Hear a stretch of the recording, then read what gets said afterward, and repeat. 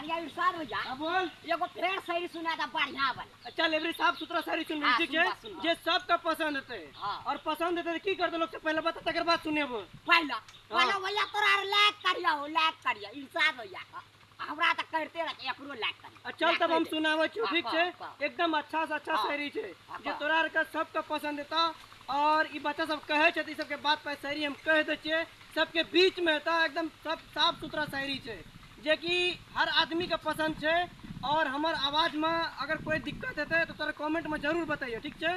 तोरा सुनावे छी सुन रुक न रे कहबी जे हमरा बारे में तम हेस का टायर देबो वाह वाह वाह कहबी जे हमरा बारे में तम हेस का टायर देबो वाह वाह वाह वाह आ कहबी जे हमरा माल के बारे में सर भेजा में गोली मार देबो भेजा में गोली मार हां देखी गोली ना तोली जका जे भेजा में गोली मार अरे बता दे छियो कहियो भूल से न कहियो अच्छा चल कट्टा रख दे